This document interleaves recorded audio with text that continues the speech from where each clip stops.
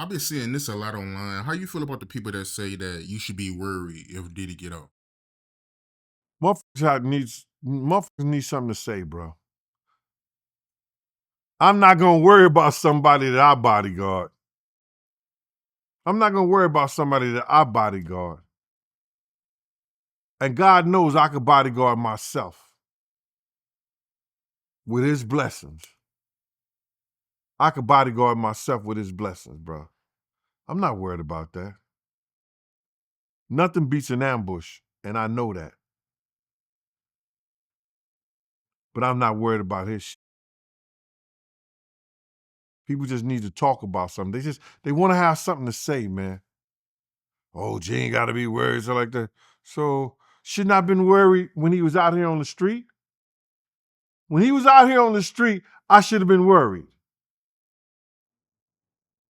Yo, bro, August the 14th, 1999. High speed chase in Harlem. You understand? How I didn't know that he didn't send nobody after me then. Because niggas do that shit. They'll, they'll send somebody at you. I've seen dudes that do shit and they have niggas right there in the same clique and they didn't even know he did it. So how I know those 4 guys, 5 guns to my head wasn't sitting by him.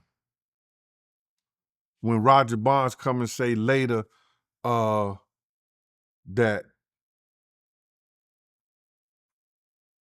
Diddy wanted something done to Gene Deal. How I know? That shit made the news. I got 2 scars in my head to prove it. So how I don't know, bruh? You could be working for. I've seen this work for dudes. I was working for them. I went back to work for them. Could have been lining me up. You never know. You never know. But this shit is over with, man. This shit is all this shit is over with. And for what I mean by it's over with, he had his trial. He gonna have a lot of what you call that? Civil suits. You understand? He gonna win some, he gonna lose some. Right now, he lost. Y'all could try to minimize it by saying it was just sex trafficking and everything like that, but you ain't gotta sit there and do those 5 or 10 years. He does. You ain't gotta sit there and do those 5 or 10 years. He gotta sit there and do those 5 or 10 years. Whatever the judge decides to give him, maybe more than that. But it is what it is. That's how we gonna do that. Man, I've been talking since 97. I've been on camera since 99. I've been on the internet since 2018. Why I can't talk? Yeah, it's about him. And why you so mad? Oh, another man should be gossiping about another man. That's all niggas do is talk. It ain't gossip when you talking about your personal experience, your personal relationship, and shit that you had to do with. It's gossip when you don't know and you repeating something somebody else said, that you heard somebody else say, you heard somebody else do. How you feel about the people that's asking, what is Gene Deal going to talk about once all this is over? Even though you've been speaking about this for years, way before this came out, but you got a lot of people that's asking. Listen here, man. We said this 1,000 times. You can't teach stupid. People gonna believe what they want to believe. You and I both know that I've been talking about this shit, and even some of the anybody who's in this camp know I've been talking way before Roger Bond said 2007. I've been talking this talk since Big died. I've been confronting this shit way before then. I was on a lot of different platforms when there wasn't a social media. VH1, MTV, Nick Bloomfield, Ricardo McKendricks Jr. from the Junior Black Mafia. His father was part of the Junior Black Mafia in Philly. Gave me $25,000 in a paper bag. We did a documentary with Miss Wallace in it. Been talking about this. What I'm going to do, I'm going to live my life. I'm going to continue to live my life. And if somebody want to do an interview and I choose to do an interview with them, that's my choice. They have the line of questioning. Don't nobody care about your life. They only care about what you talk about with Diddy. That's not true. We did numbers with the 50 interview. Yeah. I don't think that it's not a situation that me and you spoke about that we didn't do numbers. Better than some of these clowns out here.